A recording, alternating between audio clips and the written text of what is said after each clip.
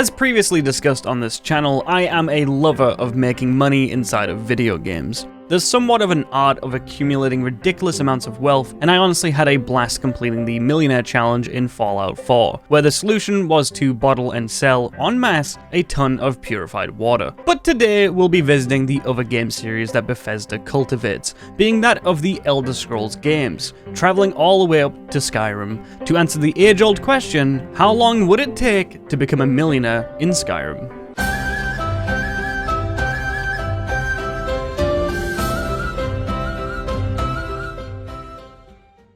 Before we start, let's lay down some quick ground rules. First of all, no, I won't be using the restoration loop that almost everyone uses for a video like this. I want a challenge, something that requires endurance, not the same solution over and over again. I'll also obviously not be using console commands or any mods or cheats of any kind, except for one mod, which will display my gold count above my camera, so it's easy to gauge where exactly I am in the Millionaire quest. I also won't be doing any glitches or anything along the lines of an exploit. I'll be trying my best to keep this as painful and as lengthy as I can, just the way you guys like it, of course. Also, to reward my painful experiences, you should subscribe to the channel. I make a good amount of videos on a consistent basis, and subscribing lets you see when those videos go live. Plus, I plan on making more Skyrim videos in the future. You might as well stick around.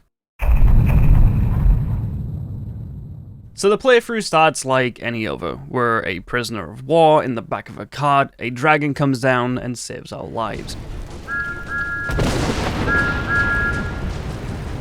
We create our character and make sure to pick an Imperial. Not really much of a reason here outside of the fact that Imperials find extra gold in chests and containers, which, for obvious reasons, should add up over time. I also made sure to play as a woman, because we'll be prioritizing speech and alchemy, and one of the speech perks you can obtain is that of increasing prices by 10% with that of the opposite sex. I did think that most of the vendors in the game were male, but actually in retrospect, after performing this challenge, I think it was pretty 50-50. A small quick run through the tutorial and spending around 20 minutes getting the UI mod working for my gold count, and we were out into the wild. Immediately I dashed straight towards the Thief Stone to obtain the extra 20% XP gain you get for thief skills, which conveniently includes both alchemy and speech, which will become extremely useful for our money making techniques. I then continued on with the main story, meeting the Jarl, retrieving the golden claw, and defeating a dragon outside of Whiterun. Oh! Watch this shot. Oh! I hit him!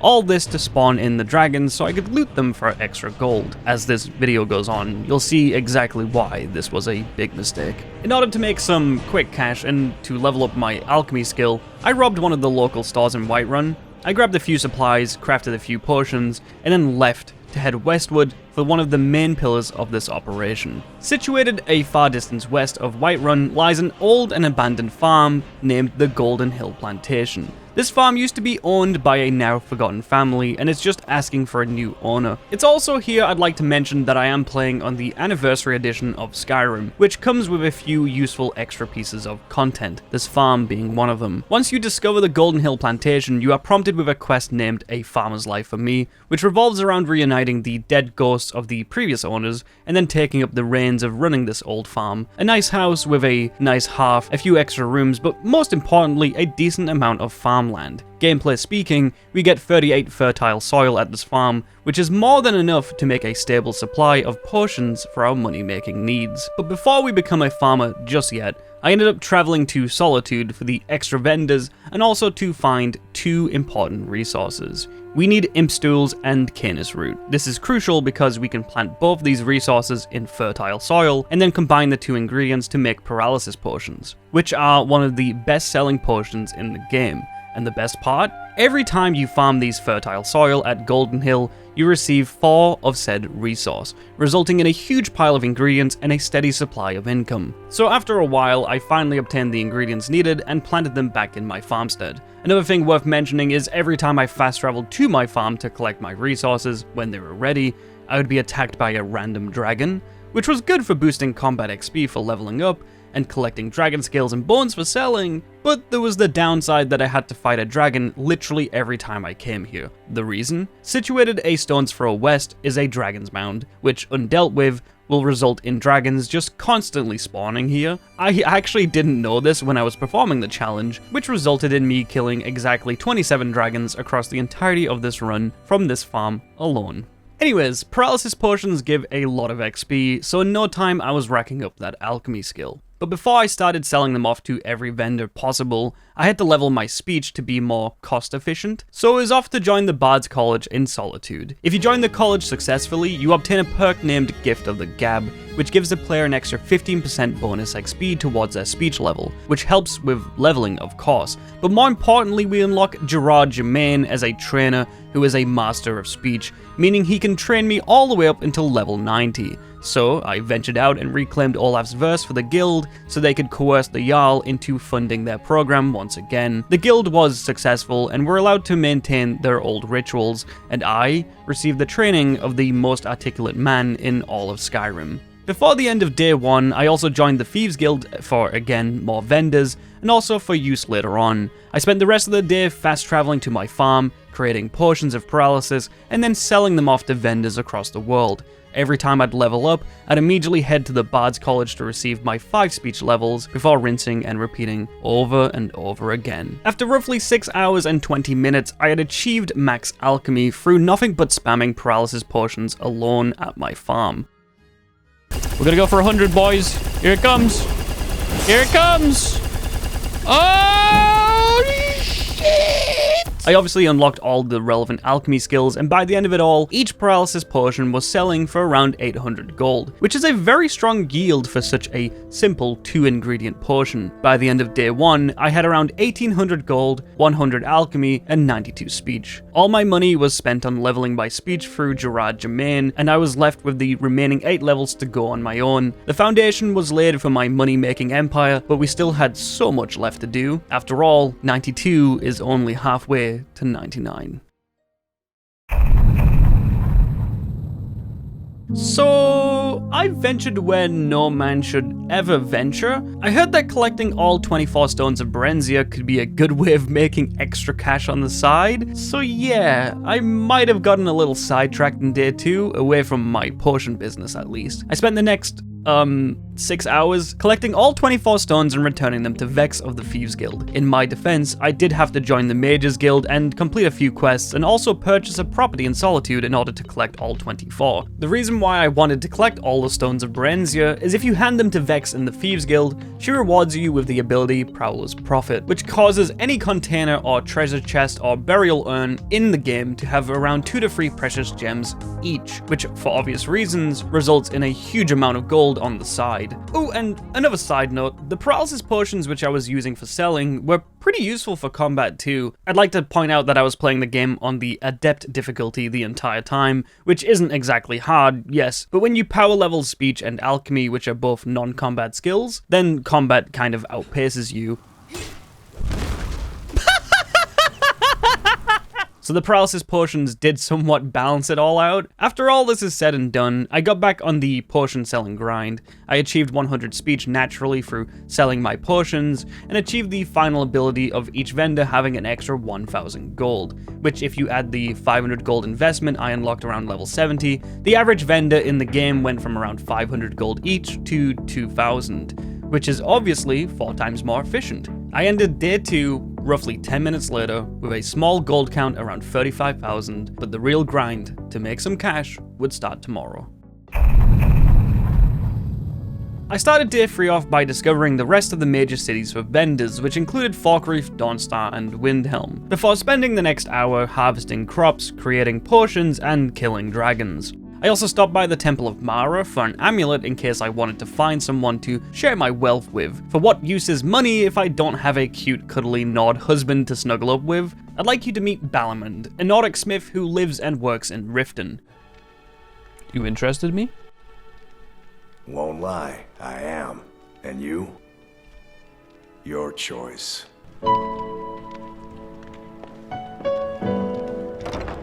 conveniently just around the corner from the Temple of Mara, who certainly wasn't just the first person I came across. He owns a nice business that turns a neat profit, and despite me making tens of thousands within just a few weeks, I think it's about time I rightfully married this man and took what's owed to me. The only downside to this marriage is that Balamund has an ungrateful son named Asbion. He just sits around all day and does nothing. Anyways, if you marry a business owner of any kind, you can actually ask them for a cut of the profits every time you meet them, and they'll oblige, meaning we're reaching a whole new level of min-maxing. I also sold him my ring of matrimony because at the end of the day, I'm here to make money, not friends. But anyways, every time I turn into Riften, I can sell my usual potions to vendors and then ask my sweet Balamund for a 50% cut of the shop's profits. But we're not quite at that perfect level of min-maxing just yet, no. I joined the Dark Brotherhood, completed their entire quest line just to receive Cicero's outfit for an extra 20% in selling power that his clothes provide. Alongside the Thieves Guild hood and a basic barter necklace, I had achieved a total of a 49% increase in bartering power through clothes alone, which, obviously speaking, helped me in my million gold coin endeavor. I also got coerced into building a home through the Half-Fire DLC to increase the amount of Canis Root and Imp Stools I could farm in a single day. As with a basic property from the DLC with an extra greenhouse added to the side, you're once again provided an extra 29 pieces of fertile soil, which, when combined with the green thumb perk for reaching level 70 in alchemy, yeah, you're gonna be making a lot of potions. I ended day 3 after around 19.5 hours with 500,000 gold. Tomorrow would be the day we reached that fabled 1 million gold status. I owned 2 homes and had a beautiful husband, and my god, my business was booming, so I went to sleep that night knowing that tomorrow would be the big day.